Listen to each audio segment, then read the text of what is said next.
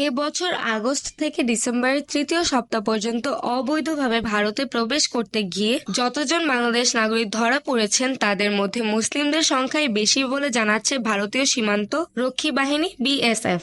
ভারতের সীমান্ত রক্ষী বাহিনী বিএসএফ এর দক্ষিণবঙ্গ সীমান্ত অঞ্চলের সূত্রে এমন তথ্য পাওয়া গেছে। বাহিনীর একাধিক কর্মকর্তা বলেছেন, যেসব হিন্দু বাংলাদেশি নাগরিক অবৈধ উপায়ে ভারতে আসতে গিয়ে ধরা পড়েছেন তাদের প্রাথমিক জিজ্ঞাসাবাদের সময় বাংলাদেশের হিন্দুদের ওপরে অত্যাচার ও সহিংসতার কারণে দেশ ছেড়ে এসেছেন এমনটা জানিয়েছেন সামান্য কিছু মানুষ। বিবিসি যে নির্দিষ্ট পরিসংখ্যান পেয়েছে তা বিএসএফ এর দক্ষিণবঙ্গ সীমান্তের হলেও বাহিনীর পূর্ব কমান্ডো অর্থাৎ ভারত আর বাংলাদেশের পুরো সীমান্ত অঞ্চলের ছবিটা একই, এমনটাই জানিয়েছেন বাহিনীর একাধিক অফিসার। বিশ্লেষকরা এই তথ্য পেয়ে কিছুটা বিস্মিত, কারণ বাংলাদেশে হিন্দুদের উপরে অত্যাচার এবং সহিংসতার ঘটনায় বহু হিন্দু ধর্মাবলম্বী ভারতে চলে আসছেন বা আসার চেষ্টা করেছেন।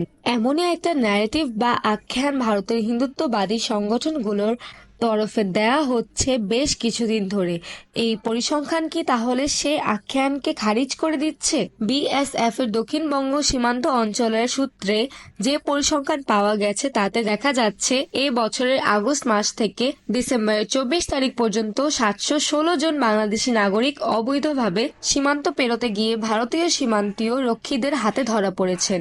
এদের ধর্মীয় পরিচয় থেকে জানা গেছে যে তাদের মধ্যে 301 জন হিন্দু এবং 415 জন মুসলমান। পুরো ভারত বাংলাদেশ সীমান্ত অর্থাৎ বিএসএফ এর পূর্ব কমান্ডের অধীনস্থ অঞ্চলের ছবিটাও একই বলে জানা যাচ্ছে। বিগত 2 বছরের আগস্ট থেকে ডিসেম্বর সময়কালে ধরা পড়া অনুপ্রবেশকারীদের পরিসংখ্যান থেকে জানা যাচ্ছে 2023 সালে 203 জন হিন্দু এবং 449 জন মুসলমান ধরা পড়েছিলেন দক্ষিণবঙ্গ সীমান্ত অঞ্চল।